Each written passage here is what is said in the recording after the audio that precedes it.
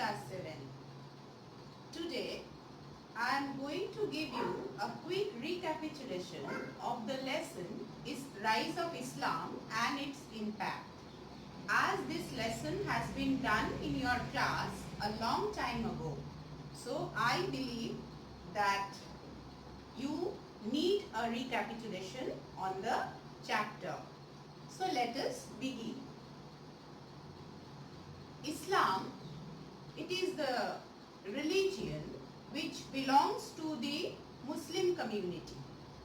This religion has emerged in the land of Arabia, which is situated in the Southwest Asia.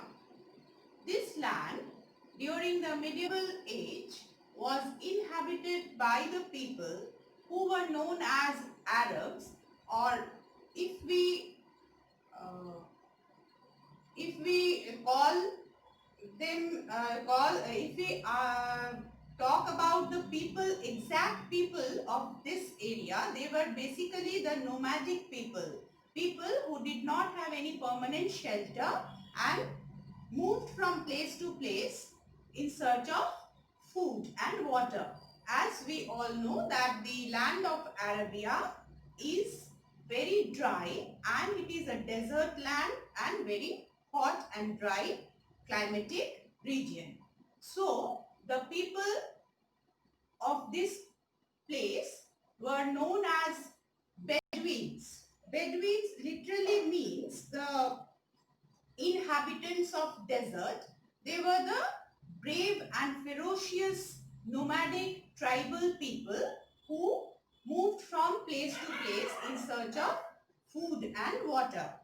And their life was full of struggle, and they had no moral values. They lived their life in robbery and killing each other. So mostly their main occupation was cattle rearing, but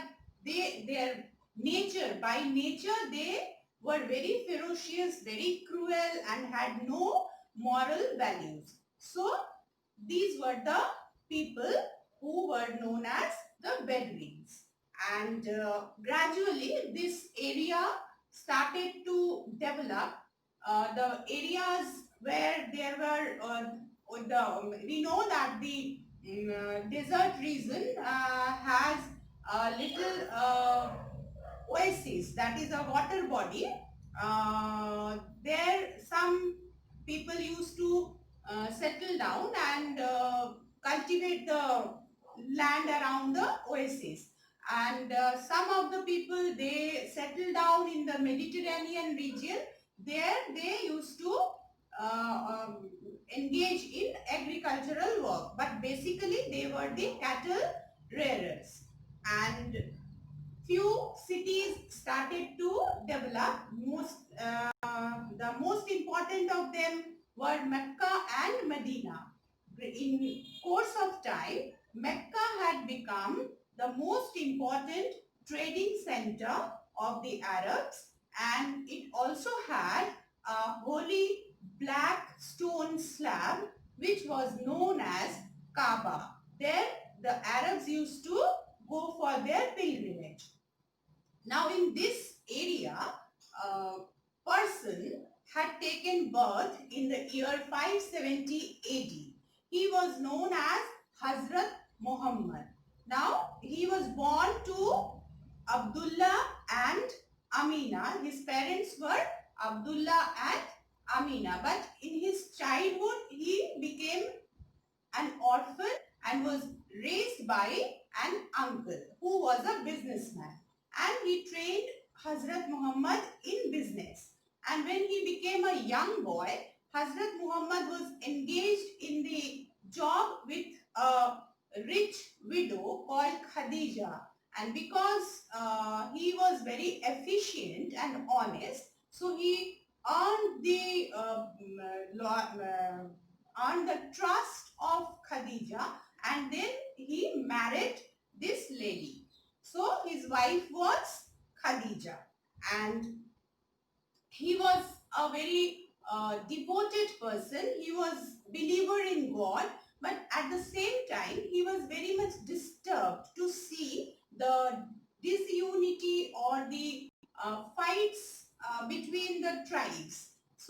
wanted to unite all the tribes of Arabia into one religious sect. So that is why he used to go to the Mount Hira near Mecca, and he used to sit in a cave and used to meditate. And at the age of 40, he got the message from Allah that, or rather God, that there is only one God and he is named as Allah. And then after that, he started to preach. He started to deliver his preachings to the fellow people, and in a very short period of time, Hazrat Muhammad had got a lot of followers with him. Now the other people, there were people who did not like him, so they planned to kill Hazrat Muhammad. So in the year 622 AD, Hazrat Muhammad, along with his followers, left the city of Mecca and went to the neighboring city Medina to take shelter. Now the people or his followers who left with him, they were known as mujahirs or refugees. And the people in Medina who had helped Hazrat Muhammad, they were known as the Ansars or the helpers. Now, he stayed in Medina and he started his preachings over there, and the people of Medina also started to follow him, and slowly his number of followers started to increase. And then Hazrat Muhammad, after a few years, he again went back to Mecca. He fought a battle over there and captured it and stayed over there.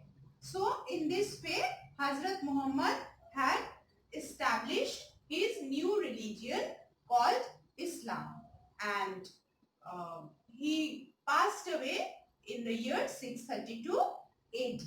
Now, what were his teachings? What was this new religion about? So the teachings of Islam, or rather Hazrat Muhammad, let us see what is it. He said that the word Islam means peace and obedience, and the followers of Islam were called Muslims, which means people who obey. Obedience to God. Muslim means obedience to God or obedience to Allah. Now, what did Hazrat Muhammad say? He said that there is only one God, and that is Allah. Then he said that there is no difference between rich and poor in the eyes of Allah. And also he said that a Muslim should remain holy in his thoughts and deeds. Deeds means the work that a person does. So a person who is a Muslim, he should think pure, and his work should also be honest and pure. So that were his teachings, and he gave a little rules and regulations in order to follow the duties of being a Muslim. So what were these rules and regulations? They are known as the principles of Islam. So these are there were 5 principles, rather there are 5 principles. They are to keep unquestionable faith upon Allah. Like, if you are believing in Allah, then you have to believe whatever is being said by Allah or by his prophet. He said, Hazrat Muhammad said that there is only one God, and that is Allah, and Hazrat Muhammad was his last prophet. So this was the message that he had got at the age of 40 at Mount Hira in Mecca. So when he said this, he said that one must have unquestionable faith on Allah. They will not question whether there is Allah. What did he say? How did he say? No. If it is said that there is only one God and that is Allah, then they must believe in that. Next was to do prayer or namaz for 5 times a day. A Muslim should pray for 5 times a day, facing the west, which is Makkah. So Mecca is the place where Hazrat Muhammad had dwelt and preached and died. So a Muslim, when he is offering his prayer, he has to face the western side so that he is facing Mecca and praying. Next, to observe fast or roza during the month of Ramzan. So we all know that Eid al-Fitr is celebrated at the end of the Ramzan month. So during the Ramzan month, every Muslim has to keep a fast every day for a month. Next is to distribute money and food to the poor Muslims. That is zakat. That means to give something for charity to those who are needy. And the last one is a Musliman or a Muslim should at least go for the pilgrimage to Mecca once in his lifetime. That means a Muslim should go to Mecca once in his lifetime for pilgrimage. So these were the 5 principles of Islam said by Hazrat Muhammad. And next we are coming to the caliphs. The caliphs, who were these people? They were the successors of Hazrat Muhammad. After Hazrat Muhammad had died, his teachings had to be carried on among the people. So, who had taken upon this responsibility? His disciples. The first one was his father-in-law and friend Abu Bakr. And after that, it was Hazrat Umar, then Hazrat Uthman, and then Hazrat Ali. So these were the first 4 caliphs. And after that, the ruler of Syria, Muawiyah, he had killed Hazrat Ali and established the Umayyad dynasty of caliphate in Syria. And then after Muawiyah, his son Aziz had become the caliph, and he had a fight with the grandson of Hazrat Muhammad, Hussein, and they fought at the battle of Karbala, where Hussein had fought very bravely, but he was killed. And since then, the festival of Muharram is being celebrated. Now,